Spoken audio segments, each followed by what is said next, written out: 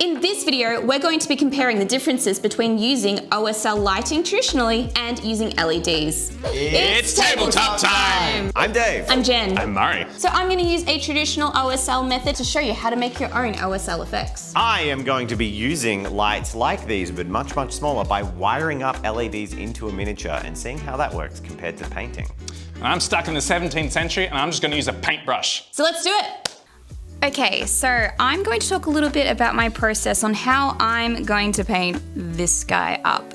Now, I'm pretty lucky. He's got smoke coming out of his backpack, and this is what's going to be the main source of my object source lighting. I'm also going to go for more of a nighttime or dark theme. I find that object source lighting works really well in a dark lit scene because then it makes the glow look more glowy. But first, I've got to go prime him, so let's go do that.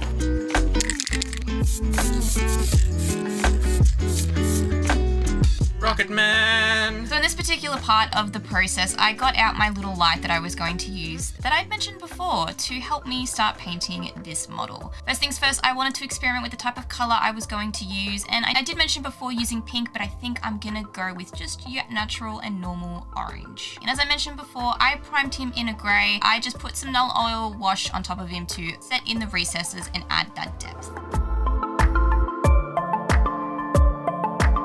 Alright Jen, so how did you go about painting the effects? Do you paint the model first or go straight into the special effects? So I actually started off with the model first. I wanted to establish what kind of scene the model would be sitting in. So in this particular case, it was a nighttime scene, which is pretty common with object source lighting, so I wanted to make it super simple. So what does nighttime scene mean to you? For me, it's just a combination of using blues and greys to make all of those highlights stand out. Moving on to the fire, which is the primary source of our object source lighting. To start things off, I went in with all of the little cracks and started off with a really bright yellow. This took a couple of layers because, as most of you know, you can't paint yellow straight onto black. So I started with the brown and worked my way up. So at this point, I started adding in a couple of shades that I would find in, well, fire. So adding in some of that orange and red to establish that glow. So something that is always worth repeating is, of course, that the light is always brightest towards the center. Traditional mini painting highlighting constantly has us always bringing the highlights up towards the outside of the surface or volume of the model, and oftentimes that's what we're taught with line highlighting and dry brushing. But with source lighting and trying to be realistic, you actually want to do the opposite. It's the difference between zenithal and non-zenithal lighting.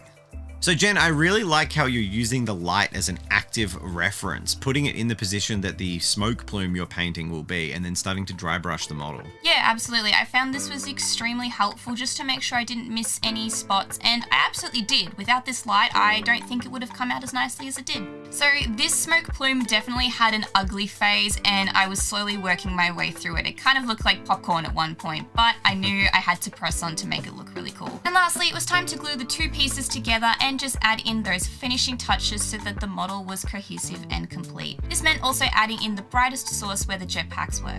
Well, I can't wait to see it in the spicy reveals section of the video. But Jen, what did you think of painting this model? I actually really enjoyed it. I thought it was a really dynamic pose, and where the actual light was coming from was really interesting to work with. Yeah, nice fun project. Let's see the next one. Hi everyone, it's Jazza coming at you from the closet to let you know this video had support that fell through, but if you would like to support Tabletop Time and fill your closet, go to itstabletoptime.com where we have 10% off of everything currently.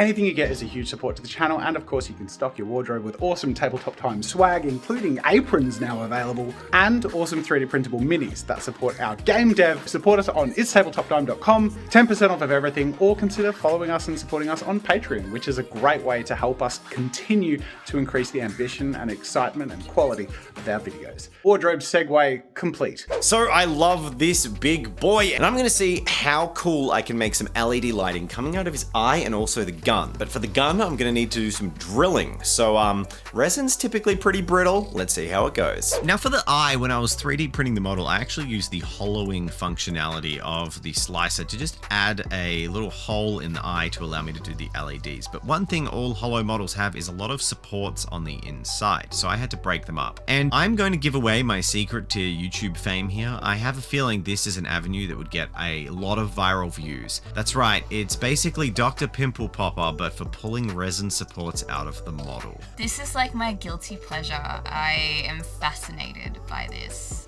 I can't unsee this now, can't I, Dave? And as I got towards the end of this process, I really leaned into my inner TikTok viral video, and I made sure to pull this last piece out and do the old slide showcase where, you sort of gently take it out and then make sure to show it to the audience, that large lump that you've just removed. Perfect satisfaction. So the eye had a really clear avenue for an LED, but I also wanted an LED in this big dangerous looking weapon. So I got a drill and set about the painstaking task of drilling out a whole bunch of resin.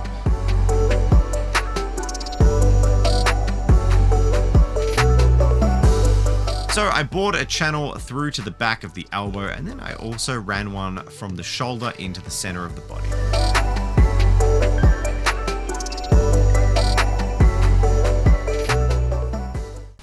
It's too windy to spray. This is awful, but we make do. So we finally convinced Jazza to let us have the new Vallejo paints back, and I'm really excited to use Express Color again. I have a really solid paint plan of what I want to do, and base coating on white and using these to establish really soft base tones is going to be the exact foundation I need to give this the grisly effect I'm looking for. So I did a cheeky here, and I used the very bottom of the model as a little bit of a palette to see how these Express paints would go down. And when I tried the 4 greens, we came up with a fairly obvious winner. That's a good idea. I like that. Oh, no one's gonna see it. And I can always cover it in some grime.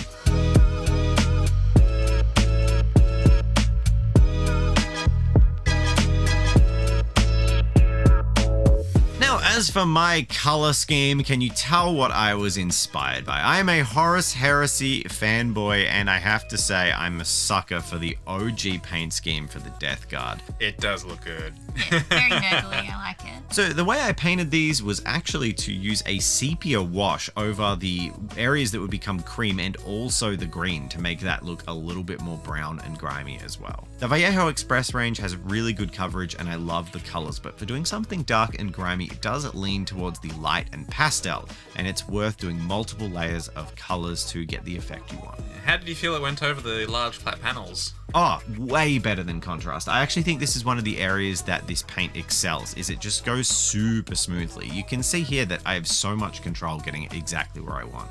Cool.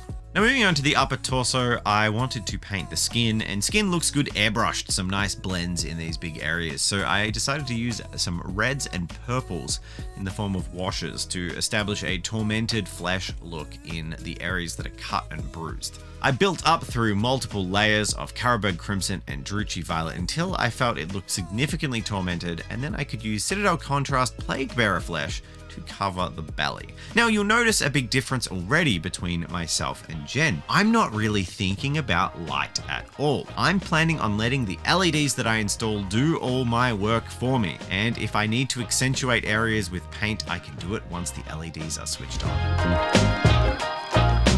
All of the areas on the model got a nice healthy dry brush just to pick out the highlights and give a bit of depth to them before I moved in and started to paint the metallic areas. I painted the tracks a really nice dark metal from scale 75, and for a few other accent areas I actually used an aged brass paint to keep in with the theme of weathered and old metallics.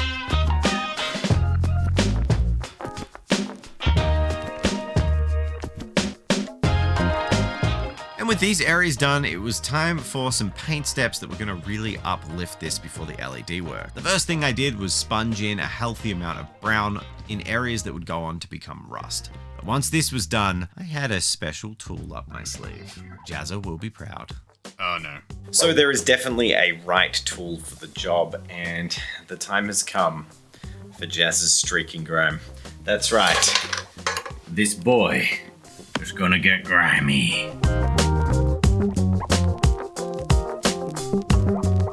So as I use white spirits to pull back all of the streaking grime and get the gorgeous, grimy, dirty effect I'm looking for, I did want to mention why I chose this model in particular. First of all, I love the look of it, it's awesome. But second of all, it was also built in a way that was really, really good for LEDs. The center of both parts of the model are hollowed and make for a perfect channel to run cabling up. And the large bulk of the base of the model will allow me to hide the battery pack in the base super easily, which makes it both accessible accessible and a really good showpiece for LEDs. Now, one of the ways to make streak and grind models really stand out is to not leave it there. So I came in and highlighted all of the juicy details like these boils on his tummy, as well as bringing in a bright orange rust and sponging that on to all of the areas I had pre-loaded with brown paint. Ew. I also re-highlighted areas of the skin just to make that a focal point again, and that really worked, especially in the face, which had kind of disappeared in the model until I,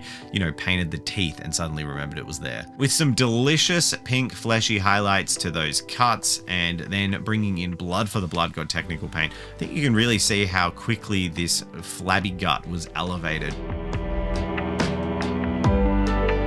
And now for the LED work. The model painted, I could go through the strenuous process of actually loading it with LEDs. The way I did this was running thread through the holes on the model all the way out through the bottom using tweezers to grab them. Then I could feed this thread through or tie it onto the tiny LEDs and basically drag them up through the model and back out of that hole. It worked really well and I was happy with it, but overall it was a pretty precarious and time-consuming process. And with all the pieces in place and the cables really nicely hidden and blue tacked in safe spaces, it was time for me to grab Rob, the only person in the studio who knows how to solder, to help me connect the LEDs to a battery.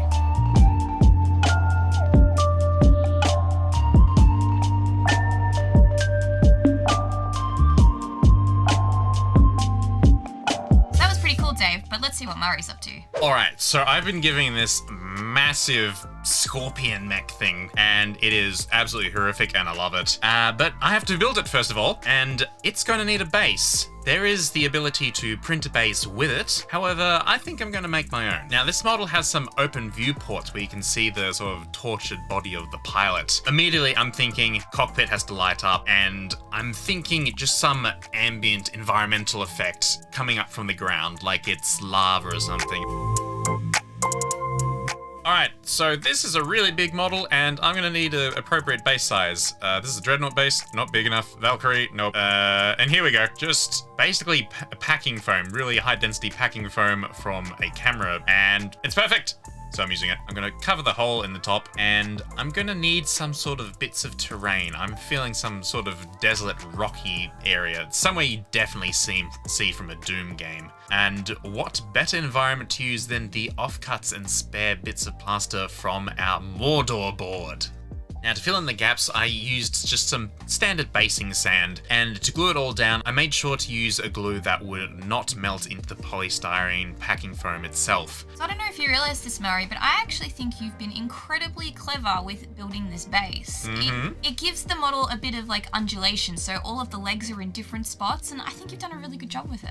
Yeah, it helps with the sort of dynamic natural pose of it, I think, as opposed to just being sort of standard and almost T-posed if a Scorpion can be T-posed. So there's a couple of components of this guy that I actually want to paint separately, otherwise it's going to be a bit tricky to get in and around. Namely, this little guy sort of slumped off the front holding his vacuum cleaner cannon. Hey, this guy's got Mondayitis, and I picked this gun because it looked like an energy weapon, so it was another source for you to potentially do some OSL in the barrel. Sure is. It's totally a vacuum. Can I write "Die, son" on the side of it? Oh my gosh, die son. Now, I've actually assembled this resin uncured because I was worried about the ammo feed belt that wouldn't fit, and it fit perfectly, and I didn't even need to bother. It's amazing. A round of applause for the designers. So, I've done the base, looks pretty cool, pretty happy with it, happy with the colors. So we're gonna do this guy now. Let's have at it.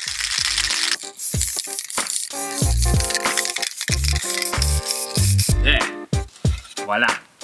Right, to start off, I'm going to start with the cockpit, and I'm just going to try and get in and establish a nice strong red tone. Now, all of the skin is going to be a tortured flesh, but I also want the cockpit to be glowing red as well, so I'm going to try and go for a bit of variance between these reds. So with your object source lighting, do you start off with the color of the light first and then work in with the thing that might be inside it? So for example, the person's face?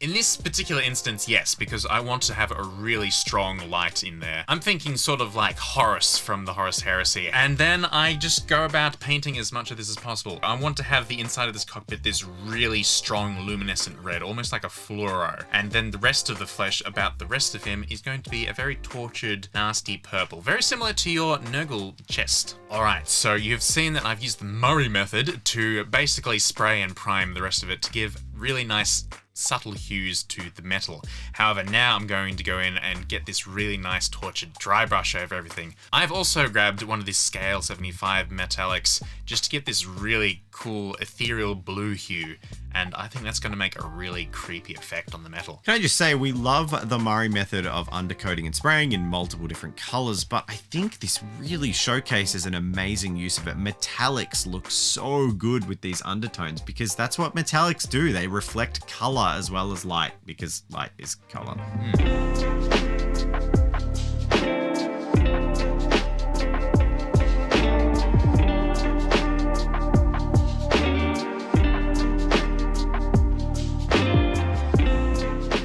That done and the wash inside the cockpit done, I'm going to dive back into there and just start highlighting it a bit more. It's not quite as vibrant as I want, so I'm just going to work in it a bit, build up some highlights, and then give it a bit of a red glaze, and I'm going to keep coming back and doing that until I'm happy with it. In the end, I end up putting some pink highlights in there and then washing it with a yellow shade from Citadel, and that gave a really nice effect, which I'm going to keep. And it's about now that I'm going to insert the other arm that I have just prepared in the exact same manner as the rest of it off screen. And I'm going to use this as a test. I've already cured this and it's going to fit in perfectly. And with that finished, I'm going to move on to just some of the more detailed areas. I'm just going to add some contrasting colors, like brass, copper, all that sort of bonus detail.